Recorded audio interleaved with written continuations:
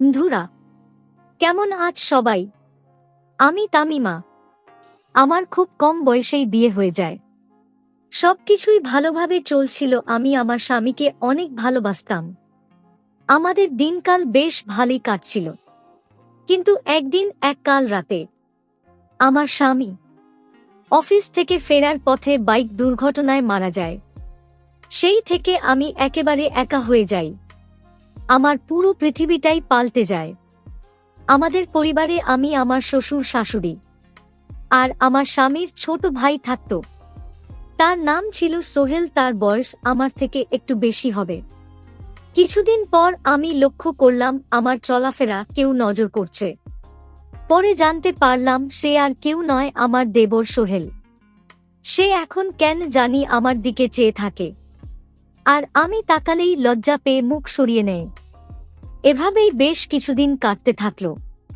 এইদিকে একলা রাতে আমার যেন ঘুম আসে না। বারবার আমার সেই রাতগুলোর কথা মনে পড়ে, আমার স্বামীর সাথে কাটানো মুহূর্তগুলো। একা একা থাকার কারণে এখন আমার একটি খারাপ অভ্যাস হয়ে যাচ্ছিল। এখন আমি ফোনের উপর বেশি আসক্ত হয়ে পড়েছি। আমি অনেক ভিডিও দেখতাম। আমার সবকিছুই এখন অপূর্ণ মনে হয়।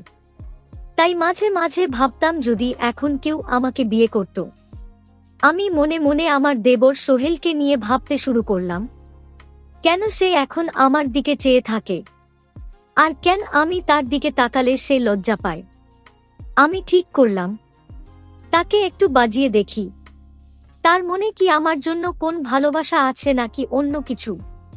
আমি ইচ্ছা করেই আমার দেবরের কাছাকাছি থাকতে শুরু করলাম। আমি তার সাথে অনেক গল্প করতাম। সেও এখন আমার সাথে অনেক সময় কাটায়, আর তার লজ্জা অনেকটাই কমে গেছে। এখন সে আমার সাথে সময় কাটাতে আগ্রহী। আমি লক্ষ্য করতাম সে মাঝে মাঝে আমার দিকে তাকিয়ে থাকে আর হাসে। একদিন আমি তাকে নিয়ে বাইরে ঘুরতে গেলাম। আমরা অনেক মজা করছিলাম। হঠাৎ আমার স্বামীর কথা মনে পড়ে যায় এবং আমার মন খারাপ দেখে সে বলল, কি হয়েছে ভাবি, মন খারাপ করলে কেন? আমি তাকে কিছু বললাম না।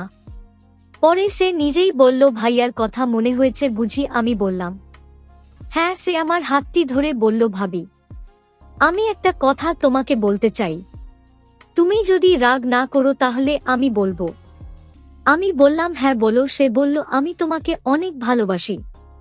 আমি তোমার এই কষ্ট থেকে মুক্তি দিতে চাই। আমি তোমার এই কষ্ট দেখতে পারি না। আমার খুব কষ্ট হয় তার মুখ থেকে। এসব শুনে আমি অবাক হয়ে যাই। আমি কিছু বললাম না, চুপ করে থাকলাম আর মনে মনে ভাবতে লাগলাম, সে কি আমাকে সত্যিই ভালোবাসে নাকি ভালোবাসার নামে ধোঁকা দেবে। কারণ আমি এখন তাকে মনে মনে ভালোবাসি, কিন্তু তাকে তা বুঝতে দেইনি। সে বলল, ভাবি চুপ করে আছো কেন, কিছু তো বলো। আমিও তাকে বললাম, আমাকে একটু সময় দাও, তারপর আমি তোমাকে জানাবো। এই বলে আমরা বাসায় চলে আসলাম।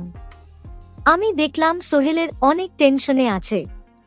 আমার সাথেও এখন সে ভালোভাবে কথা বলতেছে না। আমি বুঝতে পারলাম সে মনে হয় আমাকে সত্যি সত্যি ভালোবাসে। একদিন বাসায় কেউ ছিল না, শুধু আমি আর সোহেল ছিলাম। সবাই বাইরে এক অনুষ্ঠানে গিয়েছিল। আমি ভাবলাম আজকেই সুযোগ কিছু একটা করার এবং আমার মনের কথাটা তাকে বলার। আমি আমার রুমে সোহেলকে ডেকে নিয়ে আসলাম। বললাম, আমার মাথায় অনেক ব্যথা করছে, তুমি কি আমার মাথায় একটু তেল দিতে পারবে? আমার কথা শুনে সে অবাক হয়ে গেল আর তেল নিয়ে আসলো। আমি তার কোলে মাথা রাখতেই সে যেন কেমন করে উঠল। ভাবলাম মাথাটা হয়তো ঠিক জায়গায় রাখিনি। সে তেল দিতে শুরু করলো আর আমি তাকে বললাম, আমি যদি রাজি হয়ে যাই এই সম্পর্কটা কি সবাই মেনে নেবে? সে বলল, ভাবি তুমি এসব নিয়ে টেনশন করো না। যদি না মেনে নেয় তাহলে আমরা পালিয়ে বিয়ে করব। আমি বললাম, তুমি কি সত্যিই পারবে? সে বলল, একবার রাজি হয়েই তো দেখো। আমি আর কি কি পারি। তার কথা শুনে আমি একটু লজ্জা পেলাম। ভাবলাম তাহলে আমার সব অপূর্ণ চাওয়াগুলো আমি তার কাছ থেকে পূরণ করতে পারব। আমি তাকে বললাম, হেড সোহেল, আমিও তোমাকে ভালোবাসি। আমার এই কথা শোনা মাত্রই সে আর দেরি করতে পারল না। তার কোলে আমার মাথা রাখা ছিল, তাই সাথে সাথেই সে আমাকে অনেক শক্ত করে জড়িয়ে ধরল আর সে ভালোবাসা দেখাতে লাগল। আমি অবাক হয়ে গেলাম। আমি তাকে বললাম, থামো, এখন কি করছো? সে আর আমার কথা না শুনেই আনন্দে আত্মহারা হয়ে পড়ে। তার এসব দেখে আমি তো অবাক হয়ে গেলাম, আর আমার ও ভালো লাগতে শুরু করে। তাই আমি আর তাকে বাধা দিলাম না। অনেক দিন পর এত আনন্দে দিন কাটবে তা আমি কখনো ভাবতে পারিনি। সে আমাকে সত্যি অনেক ভালোবাসে, তাই আমিও তাকে অনেক ভালোবাসতে শুরু করি। আস্তে আস্তে যতদিন যাচ্ছে আমাদের ভালোবাসা আরও বেড়ে যাচ্ছে। সে আমাকে অনেকটাই সময় দিত এবং সবার চোখ ফাঁকি দিয়ে আমাকে ভালোবাসত। আমাদের ভালোবাসার সম্পর্কটা এখনো কাউকে জানানো হয়নি, তাই আমরা এখনো লুকিয়ে লুকিয়ে প্রেম করতাম।